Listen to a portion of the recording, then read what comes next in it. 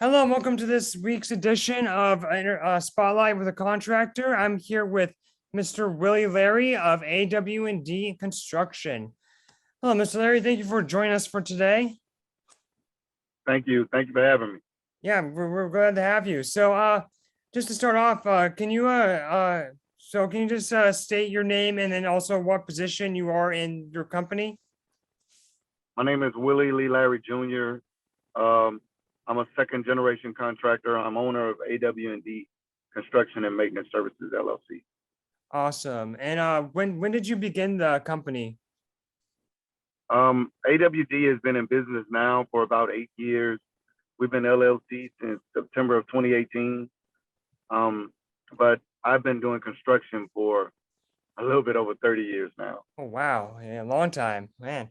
Yes, sir. So what responsibilities do you have within your position at the company? Like what are you responsible for?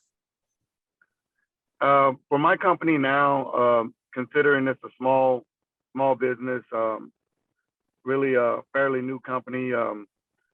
My role is pretty much operations, estimating, project negotiation, quality control.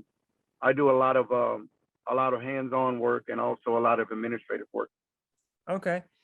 And so what kind of services does your company offer? Just so the audience can know like what you provide. That's a great question.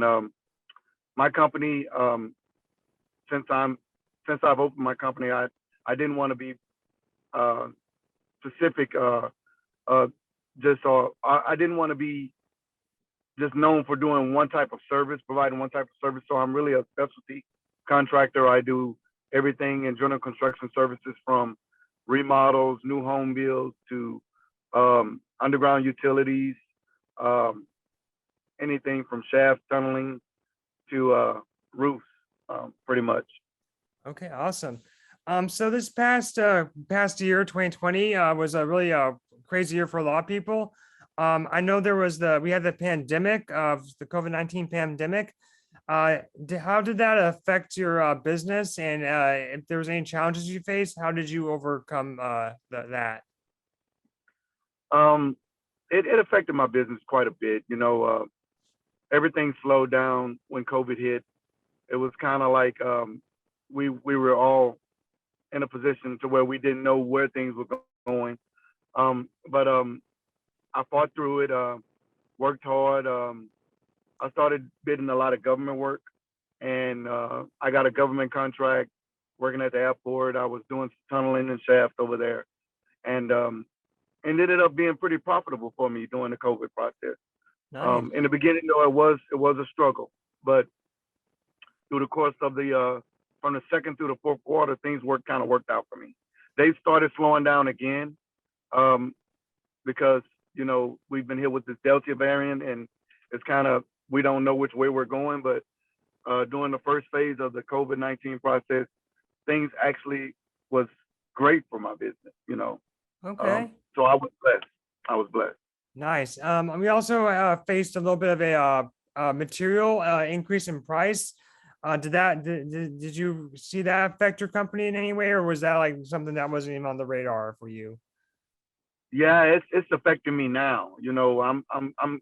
I'm getting hit with that right now on projects. Because I recently bid with a contractor to do all the concrete for like $4 Generals, and my price was very competitive before COVID-19 and before the price hike and all the material. Recently, though, it's hard to find good labor. It's hard to find cheap materials. So unfortunately, my price went up, and I wasn't in the runnings for the work. So I've taken a hard hit here in the last 6 months of 2021. Yeah. I'm trying to weather the storm and move through strategically, but I'm not giving up. It's a work in progress, and I believe we'll be okay. Awesome. So you say do you take on many projects at one time, or is it like just on a daily basis, or like how does that work? Are you doing multiple projects right now, or is it just one? Yeah. at any given time, I could be doing 3 or 4 projects at once. I try to keep it. I try to keep it very, I try to keep my backlog very, very, very tight because I don't want to spread myself too thin. You don't want to give people bad work. You want to give people good quality work. So, I try not to take on too much, but right now, in any given time, I could be doing 3 or 4 projects at a time. Awesome. Okay. Um, so again, this is another thing about something that happened this past year. In February, we had that freeze. Did that increase, the amount of calls you got in, and amount of people calling you for assistance with the broken pipes or anything like that? Or was the freeze any affected at all in your business? The freeze picked up my work a lot on the residential side. It did help me.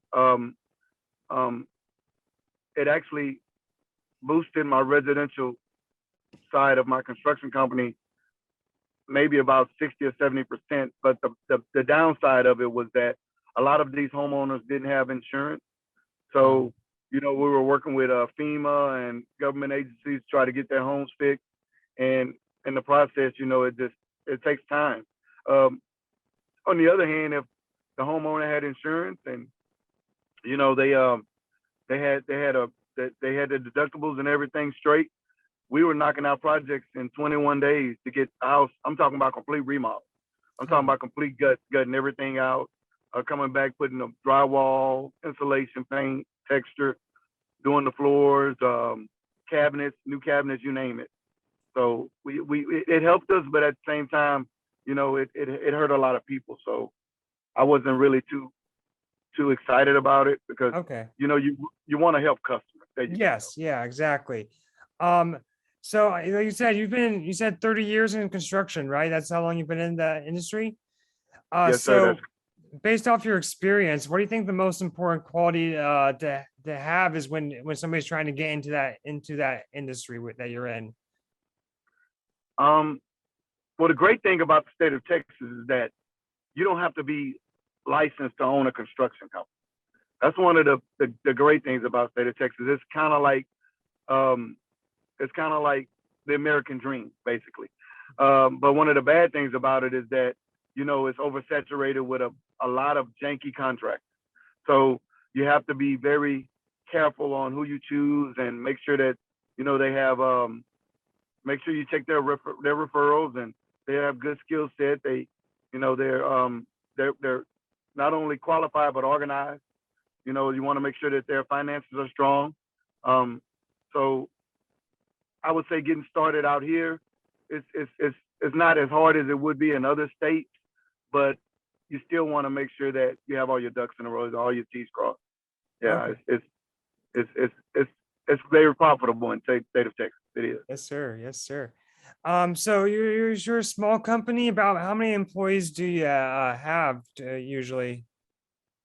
Right now, I can have anywhere from 20 to 30 guys working for me. But right now, since work is slowed up, we're pretty tight knit.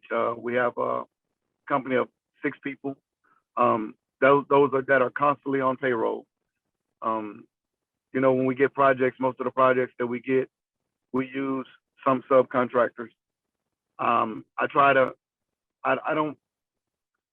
use the same subcontractors so I can gain a rapport with them, make sure that they do good quality work. Unfortunately, sometimes it's not like that. You lose people because you don't have enough work. But right now, as far as my company, we have 6 total that are constantly working, 40-hour work week. Are there any current projects that you're working on right now that you can talk about or you would like to talk about? Just so people can understand a little bit more about what you do, and just like some people that are actually like in the business that are watching this, can learn a little bit more. Yeah, I've just finished up a couple of rehab projects. Again, when the freeze came, I got my work over there picked up quite a bit. I just finished a couple of rehab projects and they turned out very nice. The customers were very happy with the quality of work and how things turned out. But on my commercial side is where it's most profitable. And, I want to stick to that. I'm a minority contractor in the city of Houston, Texas. So I get quite a bit of opportunity to bid certain projects, and the field that I'm in on that side is shafts and tunneling. It's underground utilities. I don't know if you're here from Houston, but if you're familiar with it, but we recently had Hurricane Harvey a while back, and we flooded, and the type of work I do underground storm and sanitary sewer, so that we won't have that situation again. And there's a lot of funding that the government has released for this area to do that work. So I'm pretty excited about that. In the next 10 years, I should make some money. Yeah. But it's oversaturated with a lot of contractors. So it's you're throwing darts until you hit a bullseye. Exactly. So are there any like when you get a contract or a project, is there like a one that you like, this is like, I want to do this. This is my favorite thing to do. Like, this is the project I love doing. Is there like any like, specific like kind of work in that industry that you like, I'm going to do this? Yeah, actually, I love to do tunneling and concrete because, I specialize in it. And that's what I'm really good at. I'm great at home remodeling, but it's a lot of different contractors that you use for certain items. Like for electrical, I can't do electrical. I have to have a licensed contractor. For plumbing, I can't do plumbing. I have to have a licensed plumber. So with the rehab projects, they're good for me because I like to see the finished product, but it's not something that I do hands-on. Hands-on would be my concrete, my underground utilities. I get to look at it and say, okay, I was a part of that. Or if I build a bridge, I happen to build a bridge. Every time I ride over it, I can show my sons or my daughter, hey, your dad built this bridge. Yeah. I feel good about this type of project. Yeah. Yeah. Awesome. Awesome. So do you have any, any funny or horror stories that you could talk about from a project, like that? You either had like a, something that was hilarious, or something that was like, this customer was psycho, or anything like that, or we won't use names, but just this is like a basis. Yeah, I mean, I have a lot of funny stories. I've been in this business for a long time, but I could think back to one time I had a customer, and I was doing a job, and which leads me now to what I do now. But I was doing the job for the customer, and usually I would start off, I would go buy all the material, purchase everything, and get going on the project, and then I would start submitting my invoices from there. I had a customer one time, I bought everything, and I started on the project, and when I started on the project, I went back a couple of days later, and all the locks were changed, and they weren't there anymore. Oh, that's great. So, Oh, yeah, man. so it was a nightmare for me, but it was a learning curve. I'm glad I went through it, because now I recommend on a lot of residential work 50% up front, just to make sure that the material covers cost. Yeah. I won't lose anyone on that, but it was a learning experience, but it was a great experience at the same time, because at the end I just laughed. I was like, wow, Yeah. this person, it wasn't even their house.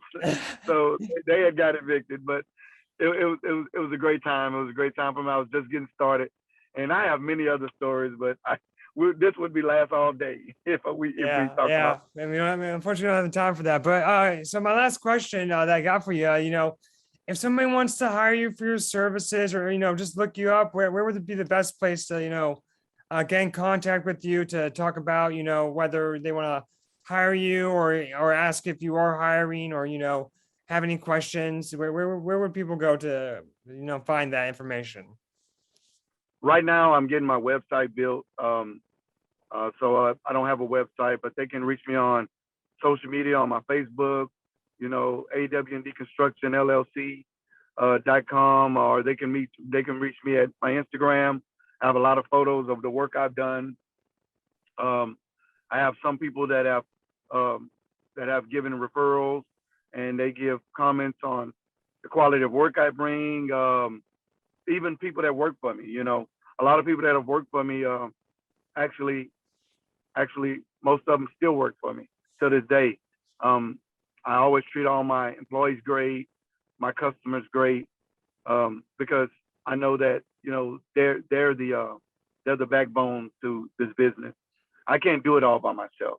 You know, I got to live off referrals and I got to live off of the people that work for me. So they can reach me in those areas, or they can email me at awdconstruction@gmail.com. And of course, my phone number is 713-882-2663. Okay, and we'll put that information down in the description for the audience, and it will be right down there, and they'll be able to contact you if they choose so. I want to thank you for your time. It was great talking to you. We'll definitely have to connect again and follow up if we need to. I would love to do that. But yeah, dude. Thank you so much, Mr. Larry, for talking with us today. I hope you have a wonderful day. This has been Construction Business TV for Houston. My name is Joshua Vita. This was Willie Larry, and we hope you have a wonderful day. Bye.